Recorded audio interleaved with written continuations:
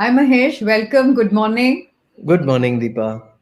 You are here second time now after the 2018 November talk that you gave when you came to Nerul. You were in Bombay from Delhi, and then we had the good fortune to host you in our office. But now, thanks to what has happened, and everybody's got comfortable with the digital way of working, we've been able to access you sitting in your home now in Delhi. Thank you. Thank you. It was a pleasure then. It's a pleasure again now. Thank you very much. For the viewers, you may be aware of Sepalika if you are on FRI with me, where I keep writing about health and some of my own personal journeys. I've written several times about how how I met Mahesh and Sharda thanks to Manisha Kansra Kapoor. And I've been an avid follower of their work over the very many years that they've been working on. Also, because uh, it's an area that I think impacts all of us. And Mahesh, you have focused on chronic conditions. I remember coming to your office and you said you all will be focusing on chronic conditions. So tell us a little bit about that journey, Mahesh. Yeah. Sharda and I met when she had been referred to me because she had been suffering from debilitating chronic migraine headaches. And she said this so many times on public forums herself that it was finally a simple thing like a vitamin D3 and a vitamin B12 that we were able to use to help her to get rid of her chronic migraine. And that is when it sort of Sharda said this is too big a thing to not take to a wider audience, so can we please do something about it? So I began working with her friends and family to identify nutritional gaps that could lead to chronic health conditions. And that's basically how we began. We started initially building the content. For a good 3 years we only built content. We had very good practitioners, ayurvedic doctors, naturopaths, nutritionists, very qualified people create good content.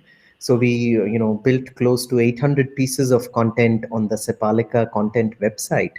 And it was after that that we realized that just giving people the information wasn't sufficient for them to turn around their own chronic health conditions. You need your hand held as you work on your type 2 diabetes, on your PCOD, on several female hormonal health issues. And that's how we then started the clinic. And we have a team of allopathic as well as ayurvedic practitioners, nutritionists, magnet acupressure experts who now help us. We've worked with close to 800 women till date. And it's always been clear to us chronic health conditions primarily come from poor lifestyle choices that we often make because we don't have the knowledge. So we began with the knowledge building process, but then we said just having the knowledge is not enough in today's world of excess information. People must know what part of that knowledge is relevant to them specifically. So we need to run programs. So Sepalika runs 3-month programs now for conditions like PCOD, type 2 diabetes, infertility. We even run a pregnancy management program where we help people, give them the right combination of Western medicine, very deep diagnostics using lab tests and so on, and using holistic principles like acupressure and Ayurveda to then help them meet their health goals. So that's been the journey in a nutshell. No, that's terrific. And truly, the space that you all started, because it must have been very tempting, isn't it, Mahesh? Because every time you have a patient, you have an opportunity to see one new path, and I'm sure lots of pathways started to develop for you as you all began the process of the clinic. How was it? Indeed. I think the only advantage is that I myself come from a non-medical background. Initially I used to make documentary films. I used to run daily shows on national television. We've made documentary series for BBC and Doordarshan and so on for many many years. I got into this field of nutrition and holistic health myself when my wife went through a very bad setback, and we nearly lost her. And then we had to really bring her back to health. And that's when I discovered that there is a lot that people probably don't realize. I think there's a bit of a hiss. Let me just try a little technical trick. Ah, let's hope that this holds now. Yeah. So, that's because I went through that process, and one by one, patients would come in, and each patient would open up the possibility of a new area to explore, right? And even several times, I used to find that while I began getting credentials, I got myself trained, I didn't take any holidays, unlike most people. All my annual vacations were studying medicine. And that's basically what I did. And I got qualified in many things, and yet I realized that several times I got patients who wouldn't be fixed with the toolbox that I had at that point of time. So I go ahead and learn another modality just to help that person. So if it was blood tests, I'd get into deeper blood tests. If they didn't get fixed with that, I'd learn NLP. If they didn't get fixed with that, I learned acupressure. So I would, my motto generally would be that if you come to me as a patient, I never give up on you until you give up on me. So that was the sort of DNA that I brought into Sipalika. But having said that, to take it to a much wider audience and to take it to much greater people meant that we had to keep our focus very clear. So Yeah. while we were tempted, all of Sepalika's programs have actually grown organically, one out of the other. We never tried to expand too fast. So our first program was a PCOD, or polycystic ovary disease program. So women can often face issues that are around irregular periods, around acne, menstrual pain, that whole sort of area. So we worked with nearly 150 women just doing polycystic ovary disease completely online and helping them reverse all their symptoms and get back to great health. But what happened was, organically, many of those women just lost weight. And they said they hadn't been able to lose it for many, years of trying. They tried this fad diet, that fad diet, but nothing worked. So organically, the Sepalika weight loss program was born out of that, because then we sort of were able to realize that fixing somebody's hormonal health, fixing their fundamentals of vitamins and minerals, leads to weight loss. So it was an organic growth. Then we realized, once the weight loss program began, there were some women in the weight loss program who were essentially type 2 diabetics as well, either early diagnosed or already on medicines. Once they lost their weight, their diabetes went away. So they suddenly had HbA1c of 5.6 down from a 7.5. We even have one person who went down from 11 and a half to under 6 now. So Wow. that again grew organically. And because of that, we were able to realize that there is a need again for type 2 diabetes. See, the human body doesn't work in compartments, right? We like to have specializations, but if you fix the core health, everything gets fixed. So then the type 2 diabetes program was born organically. And finally, what happened was, many women who had been told they'd never have babies, either naturally or even through IVF, 7, 8 failed rounds of IVF, when they came to us as part of the PCOD program and we fixed their PCOD, they got naturally pregnant. And once they got pregnant, they didn't want to go to any other practitioner. So the pregnancy management program and fertility program are again born naturally out of the PCOD program. So, we have 15 Sepalika babies till date, several of whom were born to parents who were told, it's not going to happen. You're not even going to have a IVF baby. And we never promised them that they would, but all we did was we fixed their diet, we fixed their nutrition, we fixed their energies that were out of balance. And once the hormones were balanced, the body nature took over. So we always say preservation first, procreation next. So if a person is in fantastic health themselves, then nature has no reason to not let them reproduce. So it's an organic journey that we've been through, never forced by the market. And when you talk about it, it just seems so natural and commonsensical, like stuff we possibly knew at some point in time but had forgotten. I mean, it just sort of feels like something comes back when you speak, Mahesh. Yeah, I think, a lot of credit for this, certainly goes to Sharda, because, like we were discussing just before we went live, it is very important to have a person who looks at the organization, the structuring, the business end of things as well. Because if that pressure is not there, right, then you can have things that grow organically. You do need to be slightly away from the completely commercial way in which startups tend to get run. And I don't blame the investors either, right? So if it's risk money, then it's going to look for risk return. So it looks for exponential growth. and really isn't organic growth that is exponential. I don't think that's quite how that works. So especially in the field of medicine, it's very important to have sort of coherence between the partners, and an organization that can be built around that. So very lucky in that aspect. And yeah, so I think this is naturally how we were all healthy once upon a time. You change the core principle, you start running after just commerce, then everything gets slightly off kilter. And then before you know it, once the rocket is launched, it was 2 degrees off course when it was launched, but it's 30 degrees off by the time it's in the stratosphere. So, we all go down a health path that we don't want to go. Absolutely. Mahesh, you've been so generous in sharing.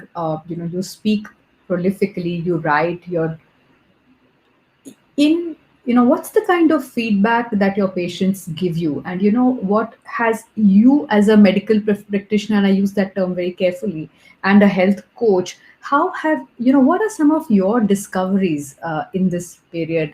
Uh, that was more and different from, like, let's say, when you started to work on your wife's health, and early days of working with a few patients who would come to you. Yeah. I mean, I think we've learned so much because it's always our patients who teach us so much. Honestly, I think my team may be watching now, and we've been through such a journey because of learning to listen to patients. So there have been times I've been on 2-hour calls with patients, and initially we used to be purists. We used to say we are going to treat only those people who are willing to listen to everything we say, because we are fixing their foundation, we are going to fix their minerals. So a Sepalika prescription used to be, say, 4 pages long. Wake up in the morning, do this, breathe in this way, then eat this, then do this, then do that, and so on. And then we realized that if we ourselves became patients and we got that prescription, we would be so overwhelmed that there was no way we could follow it. And with time, we realized the importance of adding things in small installments, because finally, lifestyle medicine is about behavior change. Yeah. For somebody to change even one small behavior, when we find it so difficult to do it ourselves, how can we expect patients overnight to give up morning tea, or to give up, let's say, sugar in every form? How do they celebrate a Diwali? How will they be the only person at the family table not having that piece of laddu? These things are simply impossible, and it's very foolish. So I was reminded of, Vipassana meditation, which is conducted in India by the Goenkaji Foundation. There is a beautiful line he keeps repeating at the Shivers. He said, Dharan kiya so dharm, which basically means that only that which you adopt in your life can truly, become part of your life. So if you can tell a patient 20 things to do, but if they don't do even one of those, all your knowledge is useless. It can sit in your prescription and go nowhere. So it's better to tell them 2 things that they will do. And once those start giving results, you can go on to the third one and the fourth one, rather than try to just, take some theory out of a book and overload the patient. Because if you can't do it, how do you expect them to? It's not fair. So Mahesh, when we were discussing topics, etc., we kind of veered into this whole aspect of listen to your body. And why did this whole aspect of listening, and even now you've talked about listening to your patients. So tell us a little bit about this piece that we keep missing.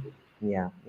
I think while there are many advantages to allopathy, and I say this sincerely, not facetiously, I truly believe that the kind of rigor that allopathy will often put into a diagnosis, the ability to objectively view something from a radiology perspective, from a blood test perspective, etc., and life-saving interventions. Allopathy is extremely good at this kind of thing. But one of the things that unfortunately has become the way that allopathy somehow has become practiced, especially in corporate medicine, is that it somehow distances the patient from themselves. You feel disempowered because you've forgotten how to listen to yourself, right? So something is wrong with you. Your stomach's giving you a little bit of a rumbling. Something is happening, but you would rather listen to a doctor tell you, write a piece of medicine within the first 3 minutes of the consult, and that's what you take.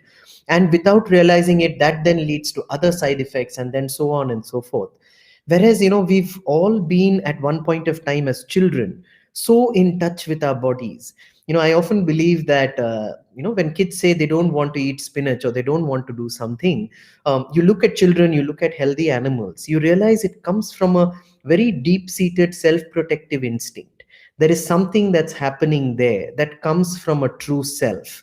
And with time, we are constantly taught how to ignore those signals from our body and instead keep listening to the so called experts. Whereas if you look at other forms of medicine, which have come from a more subjective lineage, right? So allopathy is a very objective lineage. I look at you, I dissect you into parts, I see the various things, I put together a story. That has its value, no doubt. But if you look at the more subjective arts, even an Ayurvedic practitioner has to feel your pulse. He's literally bypassing you and going in deeper somewhere to try and connect with your soul. I've spoken with Ayurvedic Vadyas, Nadi Vadyas, who will say, I am now speaking to your heart or to your soul. So they have a way in which they engage with the true you. Now, the unfortunate thing is, we can all engage with our true selves. It's, after all, the part that we should know best. But in such an external culture, it becomes so difficult to do that. But if you just listen to your body, so before eating breakfast, if you ask yourself, am I truly hungry or am I eating by the clock? You'd be surprised that then the energy crash that you get at 12 in the afternoon, for which you desperately need that coffee, may not come. So if you ask yourself, do I truly feel like having that extra piece of sweet right now after lunch just because it's on the table? You may find that it passes. You just have to give it that 2 3 minutes.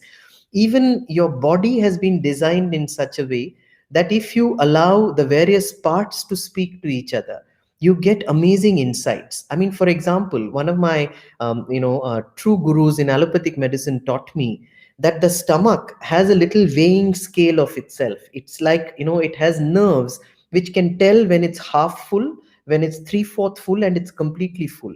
But that signal needs to reach the brain for you to feel that satiety. But if you gobble your food up, that's not going to happen. Those signals get bypassed and you end up stuffing yourself. So these are the sorts of signals that when I learned from various teachers, I realized those are there and accessible to us all the time. And yet, we sort of ignore them because we are taught that somebody else is our doctor and we aren't our own doctor. So once this sort of realization came, and it again came thanks to our patients, they tell us, when I take this particular supplement, although it's meant to, help me, I feel this. So we began putting caveats even in our prescription. Take zinc, but when you take zinc, because I feel that, you have low stomach acid, so zinc is called for a certain period of time. But when you take the zinc, if you feel the discomfort, then your body is telling you something.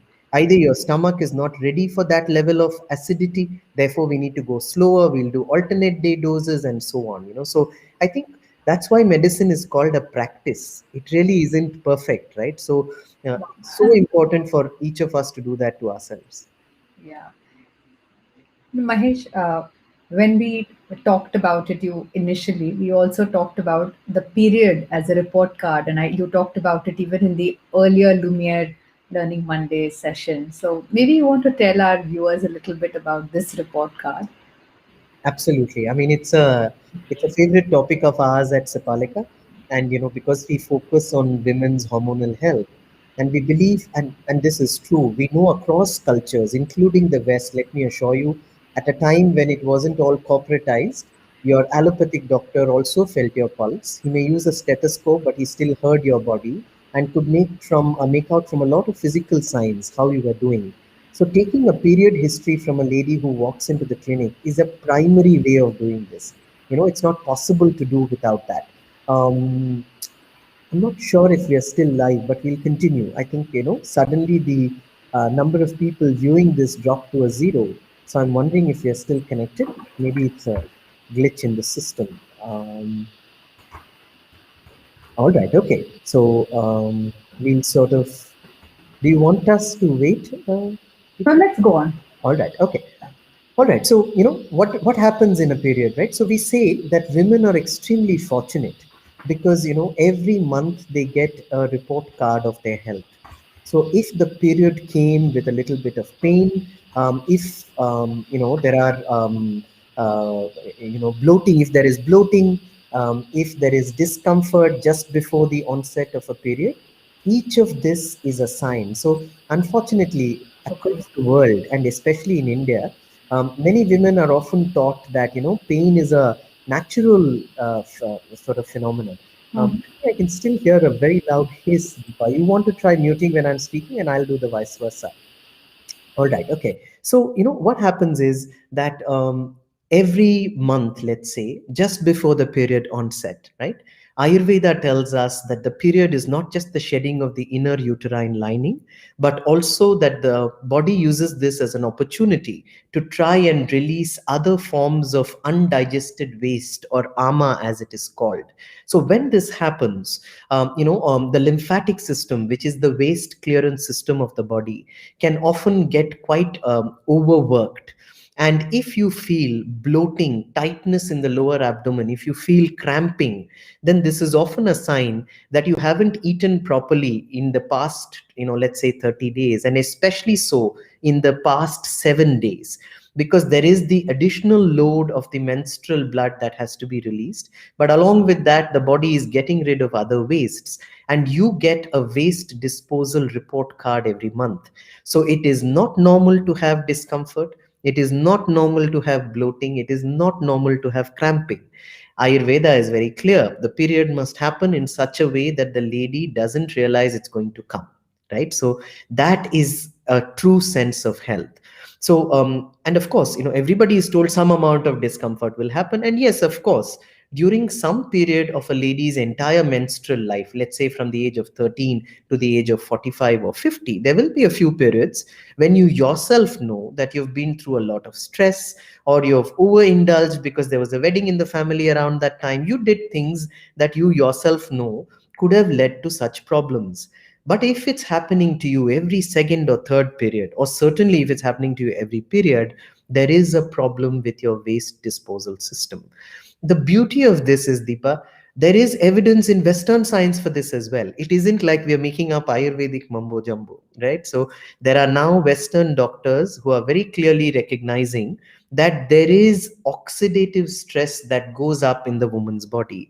So what Ayurveda may have called ama, or undigested foods, or an excess burden on the clearance system of the body, the same thing in Western medicine is called the increased oxidative stress that a woman goes through during the first 3 days of her period. And this is obviously when tissue is being broken down and released from the body, there will be stress and there will be oxidation that takes place. So when there is that kind of a stress, and the hormone estrogen, which normally helps a woman to overcome stress, when that isn't there because it's the first 3 days of the period and estrogen hasn't begun to climb up, the lady faces the extra burden of oxidation. So lot of our let's say traditional practices in India, simple ways in which you can handle this. Number one, let's say first let's say 7 days before your period and the first 3 days of your period, keep your processed food and junk food intake to a minimum. Try and see if you can reduce your caffeine a little bit. Add one pinch of turmeric to every glass of water that you drink. Turmeric is a potent antioxidant. In many places in South India, in Andhra Pradesh, in Tamil Nadu, in Kerala, as soon as the girl attains menarche, the first thing that is started is a glass of warm water with turmeric in it. That will be the what she will have. So it's to reduce the oxidative burden of the first period. Again, a very simple thing that you can do if you face indigestion around your periods, or you feel heavy and you feel bloated, etc. One of the reasons this could be happening is because you're simply not producing enough digestive enzymes. So guess the simple, you don't have to go and do any of the appetite stimulants. The simplest thing to do: small piece of jaggery or gur, marble size, have it with 4 or 5 slivers of copra before every meal during the first 3 days. What does it do? As soon as you begin chewing on it, the saliva secretion increases in your mouth. Saliva is one of the most potent antioxidants. It has three antioxidant mechanisms of sweeping out what are called free radicals, which are high during the first 3 days of the period. You'd be amazed at how, after doing this, is begin to become so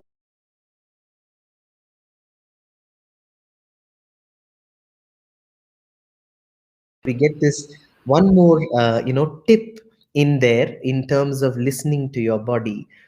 I don't think many women are, obviously our girls aren't given this education in school because often we don't think it's science, right? So at the most, what you get as biology or self-awareness is, let's say, in some of the more forward-thinking schools, you're told what a period is in biology class. You're told how to use a sanitary napkin, maybe by your, SUPW teacher or somebody like that. But that's about it.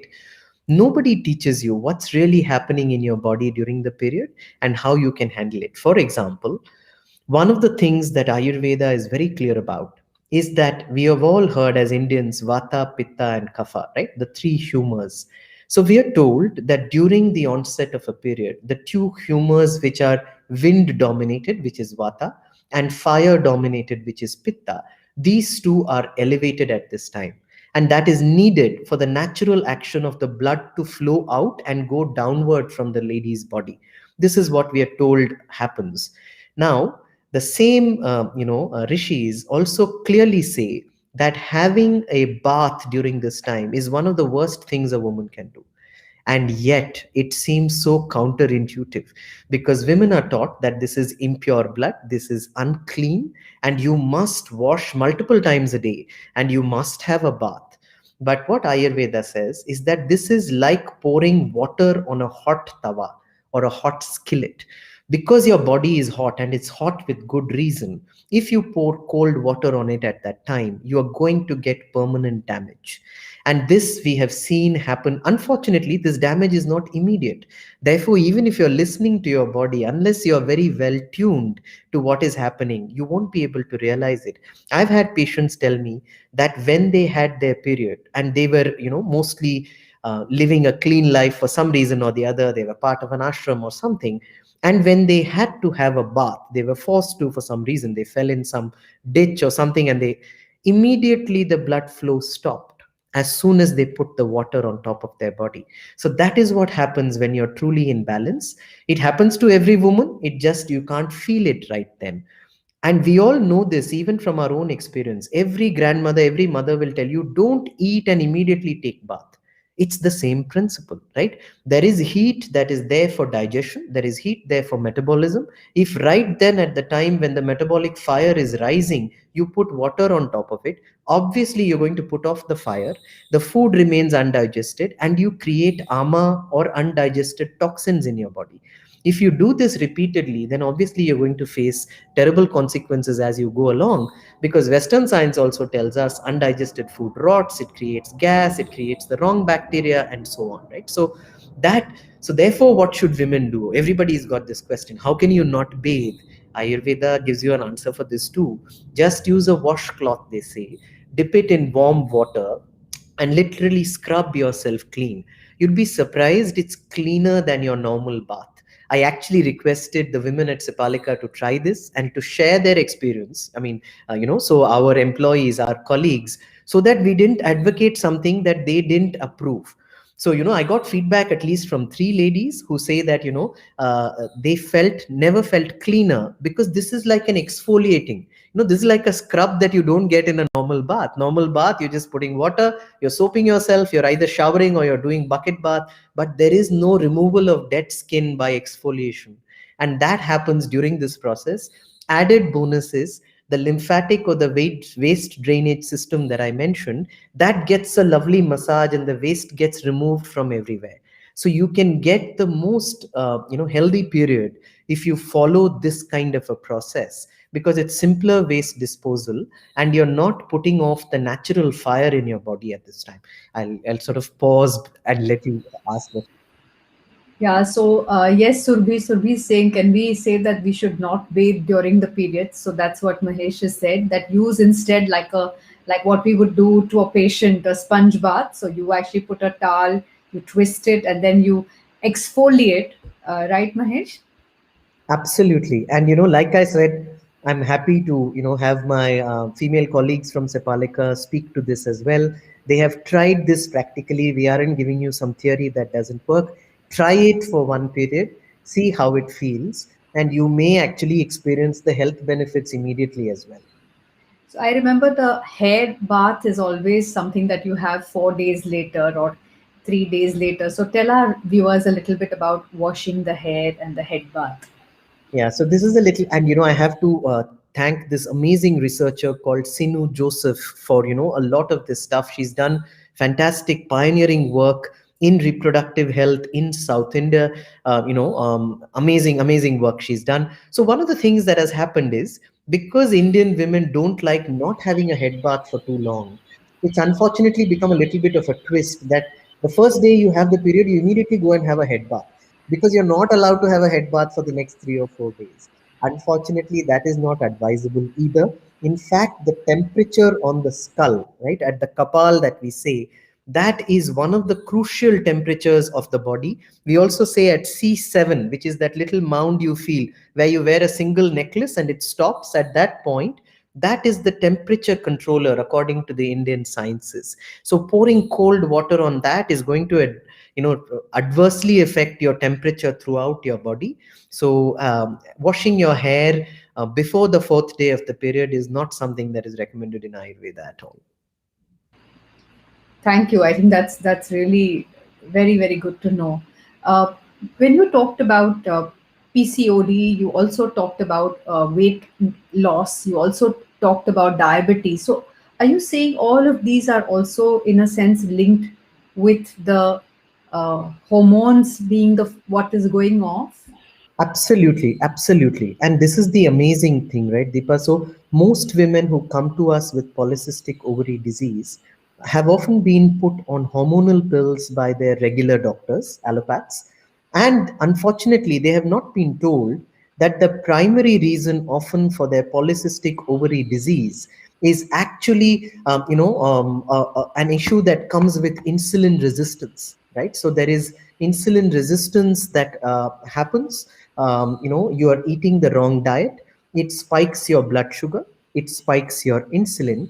And when you have this kind of an insulin spike, it leads to other male hormones in your body called androgens going up. So Western science accepts this. We know that with insulin resistance comes a spike in testosterone and other male hormones, which then causes polycystic ovary disease, which, if it is left untreated, then leads to type 2 diabetes. It leads to heart issues in women, but oftentimes these aren't really explained to the patient. Of the 350 women whom we have worked with on PCOD, I hope again my colleagues are here and they can speak to this if they want to in the comments. But once we fix their insulin resistance, in a majority of these people, we find that the PCOD goes away. So, yes, there is a deep link between insulin resistance, PCOD, type 2 diabetes. It's really a continuum. You also mentioned the migraine in earlier when we were talking about, and a lot of women also have headache and migraine. So, how does that piece get affected, and what is there something a person can do? Yeah, certainly. So, again, migraines, things that have migraine is nothing but an issue that has to do around the circulation for the brain. So, if you have vasodilation, as we call it, if the blood vessels in the head expand too much, or if they contract too much, in both conditions, you can get migraines. And migraines are again closely linked to the hormones, right? So, most migraine headaches will often be hormonal in nature. Women will often say that they get migraines around a certain point on their period. It's often in the days leading up to the period. Some even get it midway in the period, around day 14. If we take day 0 as the first day of the period, then around day 14. So these have to do with hormone fluctuations, with the fluctuation of estrogen and progesterone going up and down. And this is something, again, that we should look at the root cause.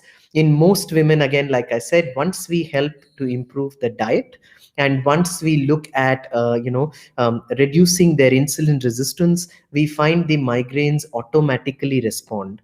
If you just follow what is called the ritu vidya in ayurveda, right? So what is the way in which you deal with your periods, right? So for example, not eating junk food, not eating food that is too spicy, following these simple things like turmeric water, again till, or so black till as well as white till, right? Sesame seeds are fantastic source of folates, of B vitamins, and they have the ability again to help have pain free periods. They are high in magnesium. Magnesium relaxes all the muscles, including those around your abdomen. So you find a lot of stuff that is there in the Ritu Vidya. If you just follow these simple principles, not having the kind of bath that I mentioned, those things are all just simple ways in which, if you take care of it, migraine is just one of the symptoms. So many other symptoms can be prevented.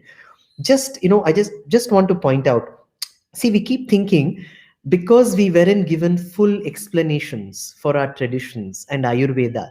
And unfortunately, the 21st century has been full of self taught people who kind of go halfway. They don't go the full distance when they try to give explanations, right? So I've heard things like women are asked to rest during their periods and sit away from the house, because in a male dominated society a woman doesn't get enough rest, and so this kind of forced exclusion gives her forced rest. And that is the reason why women were asked to not go into the kitchen or not go into the temple. This is the I feel a little sad for this kind of explanation, because it ignores the true science of Ayurveda. Ayurveda is an atomic science. It goes to the subatomic particle. And Ayurveda clearly recognized that a lady during her periods had so much oxidative stress that she had a certain kind of atom called a free radical. We've all heard of free radical damage. A free radical is nothing but an atom that is missing an electron in its outer orbit. Sorry for this quantum physics, but basically the idea is, a woman is suddenly going through unexplained low energy at the point in her periods. If she touches anybody else, that person automatically transfers electrons to the lady without even realizing it. And that person's energy immediately goes down. And now this becomes a cycle where every person then is transmitting this lack of electrons. And it is for this reason that the lady was asked to stay away from the rest of the house, not have to do the work that would give her extra stress on top of the oxidative stress. She was asked to take turmeric water. Turmeric has huge abilities to contribute that missing electron to the lady.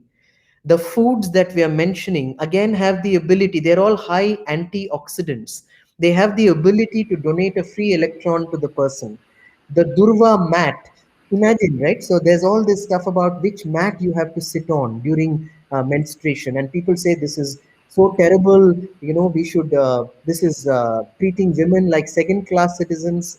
I'm very sorry, but if you look at true culture, men and women both were treated equal, and that is how Hinduism, in its true form, in its secular form, really grew.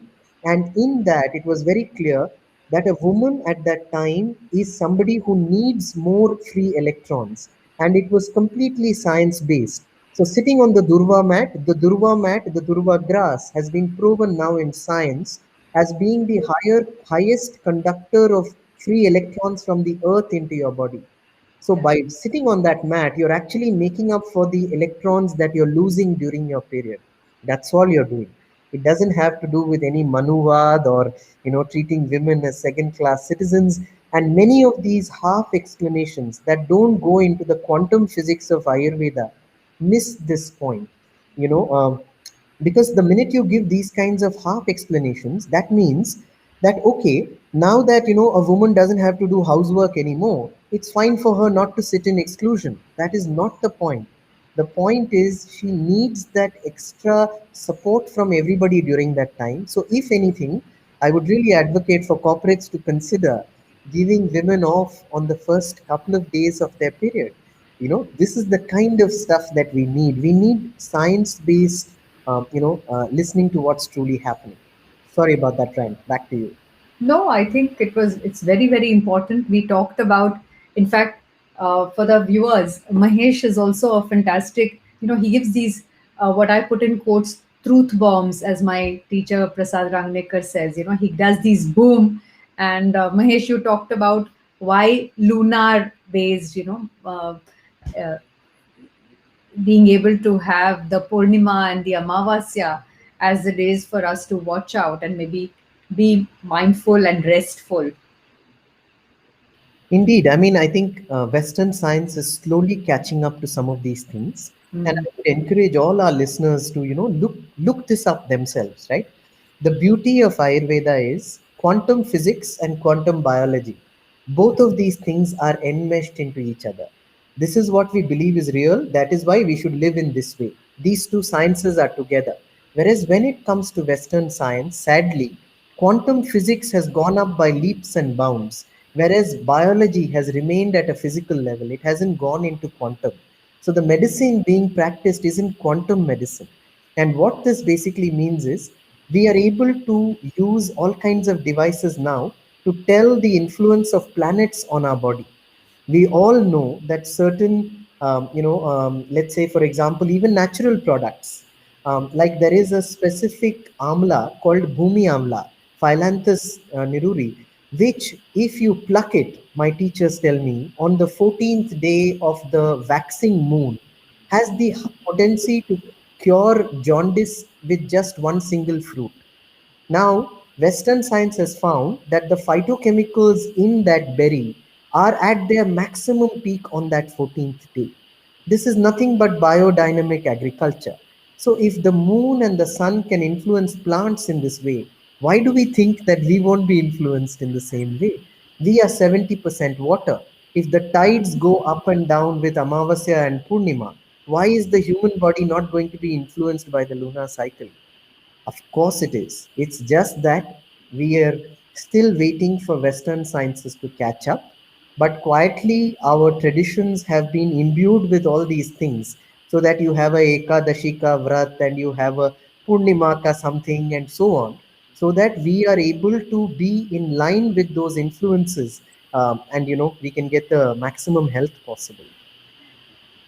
So Vandana says, Vandana, we have 3 minutes left. So Vandana is asking, tell us something about reducing cramps. And I think, Vandana, you missed the part about eating right, reducing junk that Mahesh talked about. Yeah, and certainly even the jaggery with the copra, as Yeah. well as the white tilla again had with good, even adding black till onto your various vegetables. These can all really help with the cramps. Please do try them. Mahesh, I'm sure the male viewers are saying this was a very, very women centric talk, and they probably want to know whether Sepalika does anything with men, or are you very women focused? So, you want to tell our viewers that? Yeah, yeah. So, I mean, at least at this stage, we are very women focused. We have indeed had, female patients tell us that they have men in their lives with specific problems. So, we have helped some men as well, especially in the weight loss and type 2 diabetes category work. But, we realize that women's health is such an ocean by itself that it's going to take Sepalika some time to help enough women, and then we will sort of begin helping the men as well. But in our fertility program, we only work with couples, and therefore the gentlemen are welcome there as well. But let me assure you, following the general principles which are there in our culture, following a general Sepalika diet will help the men as well. So just cheat from your women is what I'd say. No, I think that's terrific. Mahesh, we just have the last minute, and I want our viewers to know that it always happens. So, copra is coconut. Yes, you're right. It is coconut. Sorry. Mahesh, there is lots and lots of content on the Sepalika website. And those of you who haven't been there, it's 3 years of work that the group has done putting content. I think, Mahesh, you have some 60 odd videos at last count. I don't know how many there are now. Yeah, so I think we have far more than that. Sharda may correct me on this, but I think we're at least at 170, 180 plus now. It's all available on Sepalika Health, That is the name of the channel for YouTube. We're available at Sepalika Health on Facebook as well. And of course, the website is sepalika.com. So that is Sepalika, and that is the Sinhalese name for the Parijat flower, which is fragrant and beautiful on the outside and medicinal on the inside. That's the reason we chose the name.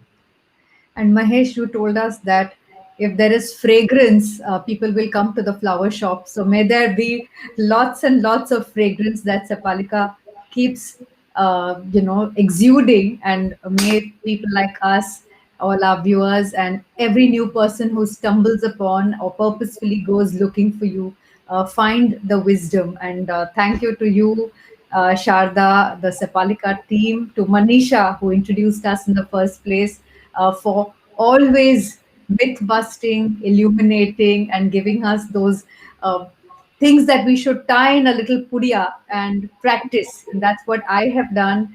Uh, and it's given us and our families great results. So thank you very much, Mahesh, once again for coming on our Learning Monday today.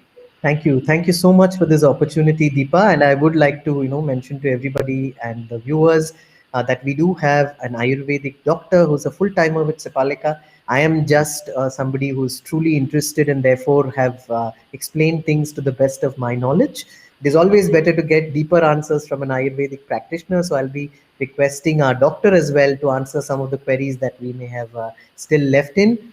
So as they say in Delhi, bhul chuk maaf, if there is any bhul that has happened. But thank you so much for your time, especially on a Monday morning for those who are watching this live. And thank you for this opportunity, Deepa.